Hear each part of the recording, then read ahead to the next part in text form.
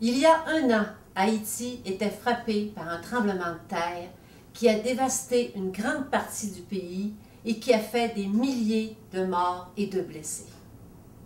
J'y étais. J'ai quitté le collège Édith-Pascal où je travaillais 8 minutes avant le tremblement de terre. Donc, 8 minutes avant que le collège ne s'effondre.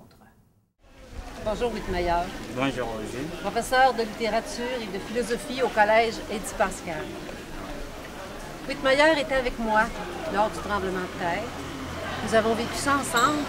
Nous venions à peine de quitter le collège lorsque le tremblement de terre est arrivé. Immédiatement, après la première secousse, Whitmeyer s'est dirigé vers sa famille. Rassuré, il est venu voir vers le collège. Il avait un pressentiment. Quelques minutes plus tard, il est revenu dans sa famille avec la mauvaise nouvelle.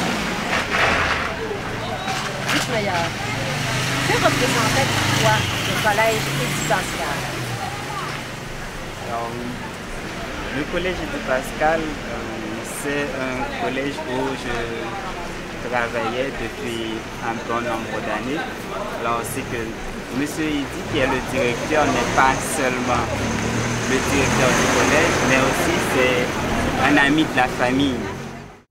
Dans la semaine qui a suivi le séisme, j'ai côtoyé des personnes qui avaient perdu des parents, des amis, des enfants, leur maison. J'ai rencontré des enseignants et des élèves du collège qui étaient désespérés de voir leur école ainsi démolie. Qu'allons-nous devenir sans école, sans livres, m'a dit un de ses élèves.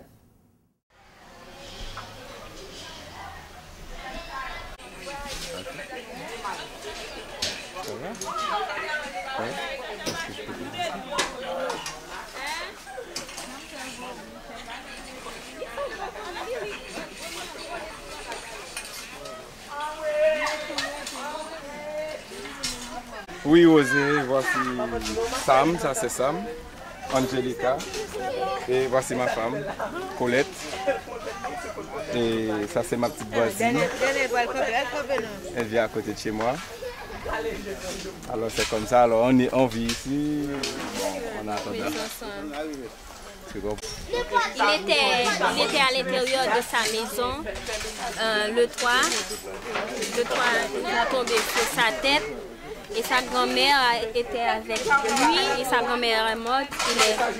Il est sauvé. Mais c'était sur sa tête, ça a été tombé sur sa tête. Le collège Édith-Pascal, qui regroupe 450 élèves de la maternelle à Philo 2, n'est pas un collège comme les autres. Son directeur et propriétaire, M. Eddy Pascal, qui a commencé la construction de cette école il y a environ 30 ans, a voulu se donner une mission, celle d'offrir des apprentissages de qualité à des enfants qui ne peuvent pas payer. 30 ans de vie sont écoulés en moins de 30 secondes, a-t-il dit.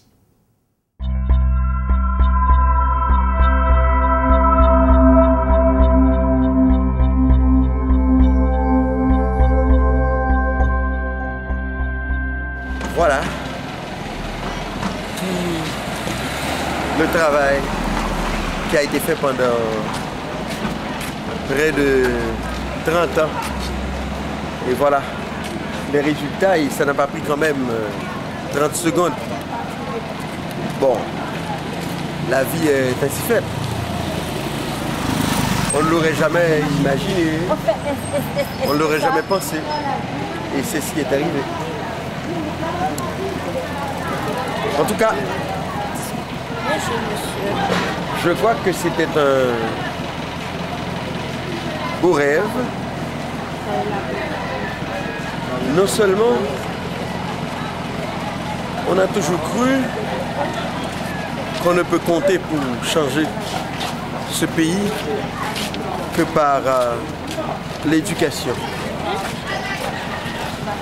Et Je crois que il ne suffit pas d'avoir des écoles, mais je crois que ça nous prend des écoles spéciales. Ça nous prend vraiment une éducation qui ouvre sur le développement. Je comprenais le désespoir de ces enfants. Sans aide extérieure, il n'y aurait plus pour ces enfants la possibilité de retourner à l'école.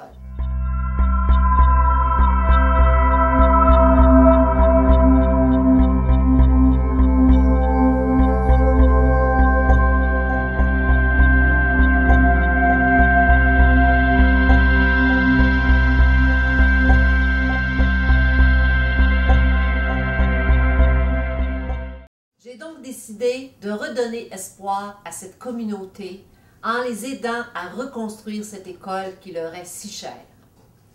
Ainsi, quelques jours plus tard, est né le projet d'une levée de fonds de 350 000 $.